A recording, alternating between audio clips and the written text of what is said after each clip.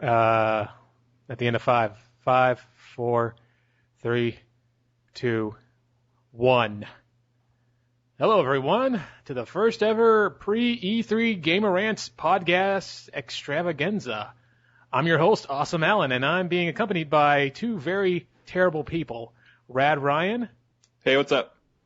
And a newcomer, a brand new member to the Gamer Rants team, as if we really needed one, the Don. Hey guys, you're going to love me. Everybody does. Shut up. All right. You're what gay. we're going to talk about today are a few things we are looking forward to come out of E3 and what we're not looking forward to. Keep in mind, we may talk out of our asses from time to time, so, whatever. Anyway, what do we have up first, Rad Ryan? Well, first we're going to talk about what we really want to see at E3, and we're going to kind of just go through Sony, Nintendo, and Microsoft on those sort of things. So first I want to talk about Sony and what I want to see. I really just want to see some good, hardcore games out there. Sony has a lot of great IPs, and I think if they push those IPs, and even introduce some new ones, I think they could have a really good show. As long as they kind of cut back on the move stuff and the the 3D aspect of everything, I think it'll be okay. Nintendo, they have a lot to show. So successful. Yeah.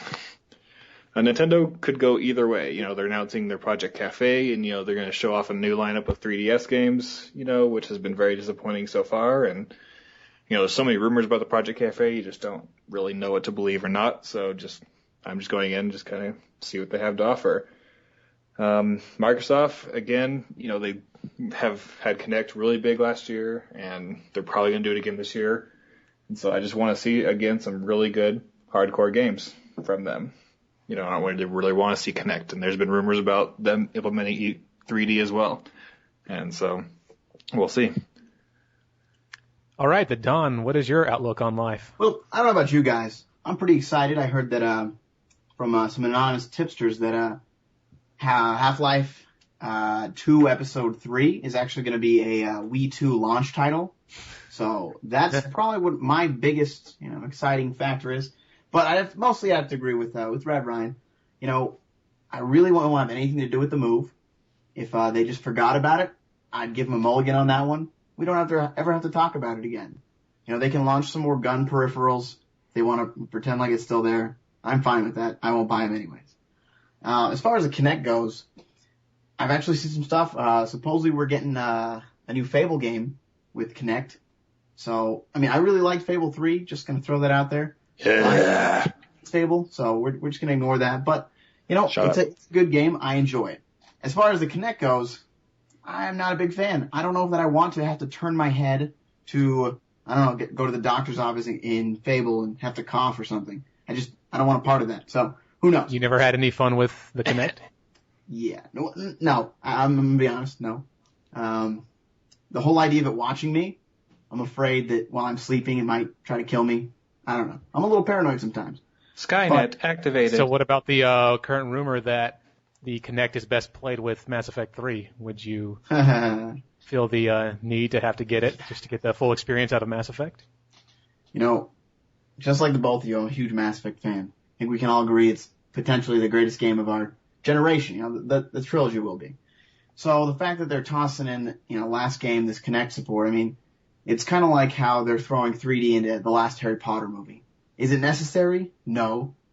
Will it hopefully not have to detract from my experience? I'm hoping so. If, I lose out on recruiting a party member because I can't look to the left on the Kinect, I will be freaking pissed and probably kill someone. I really don't think they're going to do anything like that, though. I really think it's going to be either voice-activated, conversation. Yeah, that's what I was thinking, just some kind of voice-activated thing. Or literally just they'll have for the 360 version, they'll have a mini-game that's Kinect only, and for the PS3 version, they'll have a mini-game that's Move only. Just something like that. I doubt BioWare would totally integrate the Kinect into the full gameplay experience, and... But if the mini-game is played with Miranda's butt, then I'm going to be pissed that I can't play with Miranda's butt because I don't have a Move or a Kinect. So... I think that'd be worth $150. Then I might be on board. But still, I don't want to have to do that. So, I don't know. Interesting. Yes. And what about Nintendo, Don? Are you you're a big Nintendo guy? Well, sort of. I think we've all been big Nintendo guys at some point in our lives. I don't know. I obviously, like us all, I have a Wii. Has it been played lately? No. Will it be played in the future? Probably not. I mean, Skyward Sword fell off the face of the map. I mean, let's plug that real quick. Skyward Sword, is it going to be at E3? I hope so. We're going to see more. We're going to be able to play it. And let's pray we do, because we need some Zelda. But the fact that it's pretty much dropped off the map, Nintendo hasn't mentioned it in how many months, has no release date, who knows? Maybe it's going to be pushed back and be a launch title for the yet unnamed Nintendo console. I really have no idea. So if there's more Zelda, I'm happy with whatever they show us. So if there's a new console and it's able to read my brainwaves and that's how I control it, great. Next gen, cool. As long as Zelda is still with normal controls, at least somewhat normal, I guess it's probably going to be, Wii Motion Sensor Plus or whatever that is. But as long as I can play it in a normal fashion, I will be happy. Anything else they throw out there, if there's some more Donkey Kong, I'd be happy. If there's some more Kirby that doesn't involve me wanting to go watch PBS Kids afterwards, I'd be happy as well. Well, the past two Nintendo generations have both introduced a brand new Smash Brothers at the console's launch. So I think that'd be probably the best thing Nintendo could do for themselves right now, is to show, a Smash Brothers with this gen graphics, and then show off a new way to control it or whatever, and, get the hardcore people pumping, because everybody loves Smash Brothers. Pump True. the volume. True. Many a real fight has started thanks to Smash Brothers, so we could see a brawl. Wah, wah. Anyways, what do you have to say, Alan? Me? Starting off with Sony, they're in the process of picking themselves up after the whole PSN hacking thing. I think the PSN store actually just went back up not too long ago. Yeah, on Friday. I'm not sure if everything's fully functional yet, but they're getting over that. So, I mean,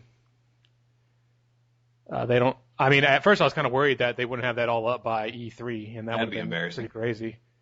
And I was kind of thinking maybe that'd be their big show. We got the PSN back up. Check it out. New from Sony. But like you, looking forward to some new IPs. I think this is Sony's probably best time to shine. They're not just all over the place with the PS Move like last E3, where everything was about motion gaming from PS3 and Microsoft. And this time around, I think they could really focus on just putting out real games. I'd like to see some more stuff on The Last Guardian. That's looking really interesting. And a bunch of these recent announced HD titles from previous PS1, PS2 games, such as Silent Hill, HD Collection. Yeah, all of those sound really good. I'm really looking forward to them. I'd really like to see what they have to do with Silent Hill 1, because, the game's already pretty ugly, but as I said before, it kind of goes with the atmosphere and whatnot. But realistically, it is a really ugly game, so I'd like to see more than just smooth edges everywhere, and, it looks like something you'd be running on some PlayStation 1 emulator with higher graphics. But other than that, I'd also like to see an announcement for Sly Cooper 4. Sly Cooper's a very awesome game. And that's about all from Sony. Don't know about the PlayStation 4. I keep hearing rumors about that, but I really don't see that fathoming. As far as Microsoft, just more games, I guess. What exclusives do we have to look forward to? We got Gears 3 and... something Halo-related has been announced, or leaked, I guess. Non-Bungie? Yeah. Obviously. Well, potentially a remake. If it's a remake... the Halo... Something like that, so... Yeah. But, well, real quick, also Microsoft's supposed to be giving us maybe some kind of a TV service, subscription, etc. So, we'll see. Well, to kind of wrap things up... Alan, what would be your number one thing you'd want to see at E3 this year? Number one thing to see... crap. Let me think. You're on the spot there. You go. While you're thinking, I'll go ahead and just talk about mine. I'm most looking forward to EA's press conference, to be honest. I mean, I was the biggest EA hater back in the day, but now they have a lot of stuff that I really love, but mainly Mass Effect 3 and the Old Republic. I guess I'm just a BioWare whore or whatever, but like I said, Mass Effect is probably one of the greatest games this generation. And Who's?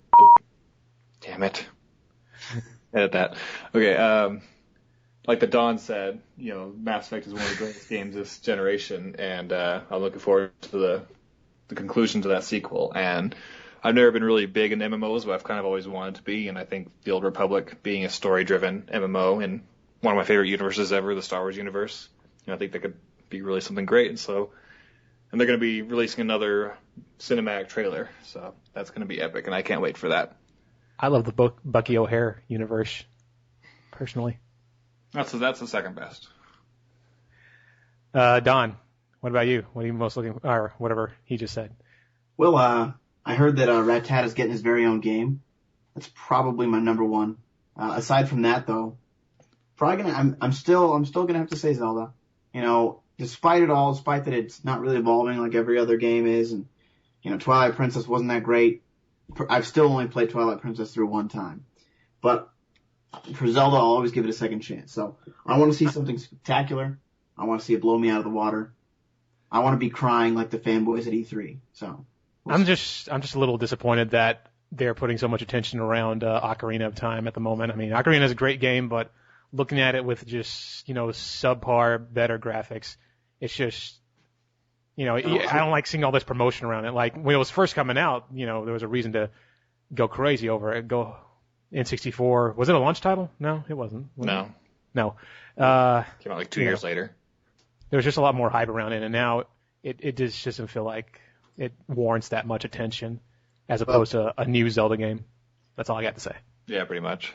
I think if they were going to give it this much attention and really at all, I really think it should have been a full-blown remake. We should have seen, let it be like a launch title for the new system, full HD graphics. Epona talks to you, something, Wilbur. Link. Oh, okay. Let me, what I'm looking forward to, I mean, it's going to come as a surprise, and I don't even know why, but I'd really like to see Square announce it. The Final Fantasy VII remake.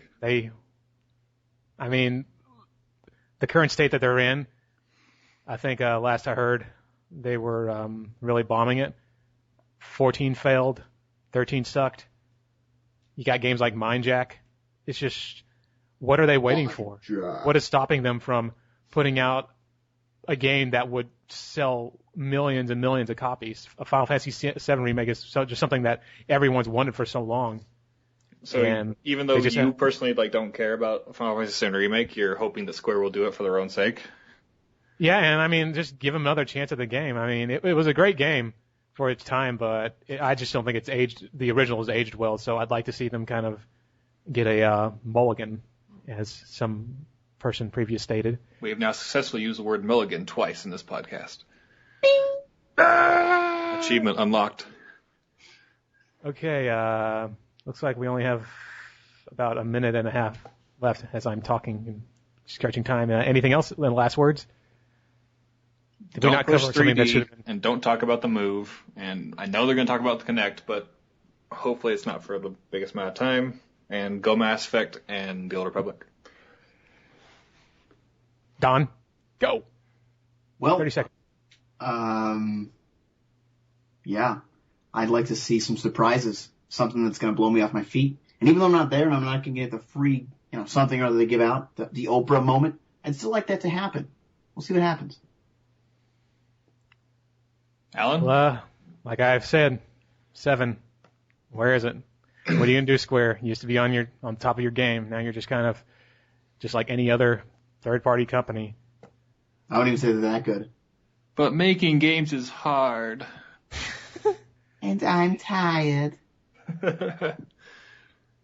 Tsunamis. Wait, what does that even mean?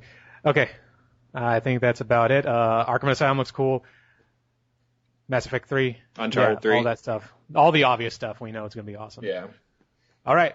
it looks like that's all we have. Thanks for joining us for our very first podcast, and let your comments below if you liked it. And we're going to be talking about E3 after this, so look forward to more videos. Y'all come back now, you hear? This is Awesome Alan. Rad Ryan. The Dawn. Saying good night. Later, y'all. Yeah. Bye-bye.